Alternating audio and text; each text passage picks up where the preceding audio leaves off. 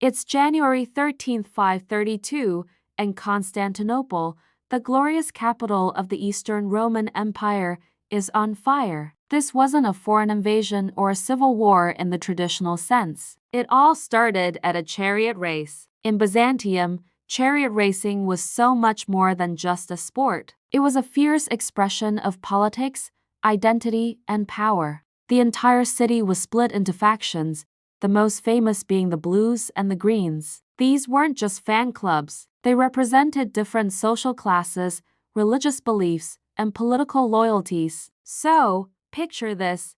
On January 13th, the massive hippodrome is packed. The air is thick with tension. People are already angry about recent executions of some faction members. They're also feeling the squeeze from high taxes and growing resentment towards corrupt officials. The energy is explosive. As the chariots thunder around the track, the usual chants from the crowd start to change. They get louder, angrier. Soon, the rival Blues and Greens do something unthinkable. They unite. They join their voices in a single powerful shout, Nika, which means victory or conquer.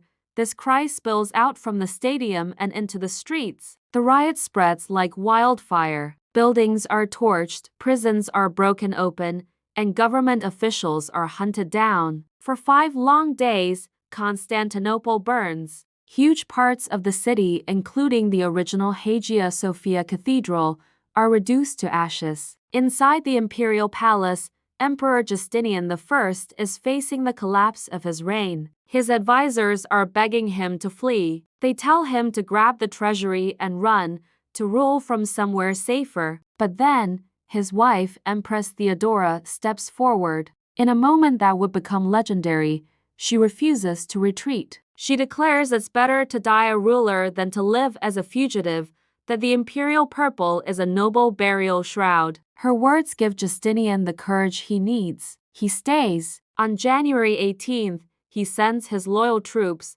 led by the generals Belisarius and Mundus, to the hippodrome. They block the exits, trapping the rioters inside. What happens next is a massacre. The soldiers show no mercy. Ancient sources claim that as many as 30,000 people were killed. The Nika riots were brutally crushed. In the aftermath, Justinian didn't just rebuild, he remade Constantinople on a scale grander than ever before. From the ashes of the old church, he commissioned the breathtaking Hagia Sophia we know today, a symbol of his restored power. But the memory of January 13th lingered. The Nika riots served as a terrifying reminder that even the most powerful emperor's throne rested on a fragile foundation. It showed that while an emperor might rule with laws and ceremonies, the raw power of the people, the roar of the crowd, could bring an empire to its knees. Thanks for watching. Join us tomorrow for another story from the past. Don't forget to like and subscribe for more.